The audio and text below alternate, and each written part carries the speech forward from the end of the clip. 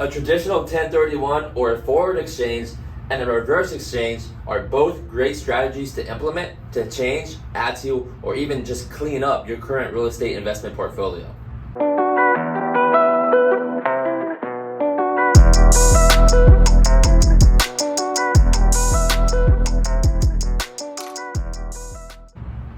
Now, before we get into too much detail of this video, guys, remember, we are not licensed CPAs or tax accountants.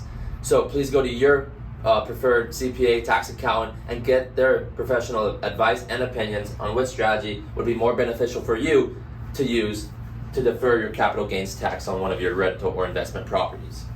Now, with the traditional 1031 or the forward exchange, this allows you to sell one of your investment or rental properties and defer the capital gains tax onto a new property. So you'll have 45 days to identify a like-kind property.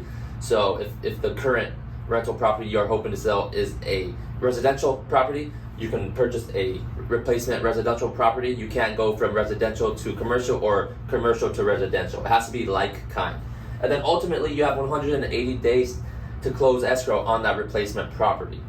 Now, in today's market, the seller's market that we're in currently, we're starting to see some investors very commonly actually use what's called a reverse exchange. Now, this is a great strategy to implement. Why?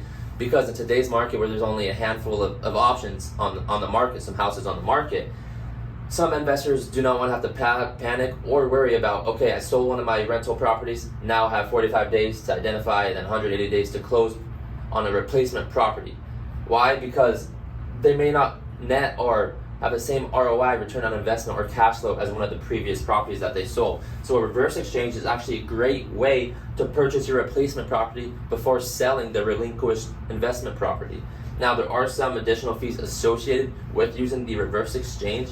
However, it's still a great option to have, especially in today's market, a seller's market that we're in.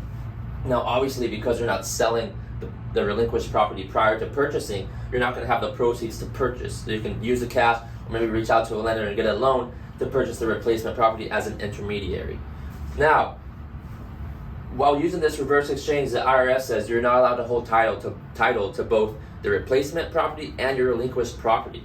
So what you're going to do is you're going to have what's called an EAT, an exchange accommodation title holder, as an LLC that will temporarily hold title on your replacement property. Now, with the reverse exchange, you still have the same time frame. So you have 45 days to identify which relinquished property you'd like to sell, which investment or rental property that you're wanting to sell, and then ultimately you have 180 days still to close escrow on that replacement property. Now, both of these, like I said, traditional 1031s and forward exchanges and the reverse exchange are both great strategies for you and common investors to utilize. Now, in today's market, we're seeing, like I said, the reverse exchange start to be a little bit more common. However, both of these are still great strategies to implement to defer the capital gains tax on the proceeds of your sale.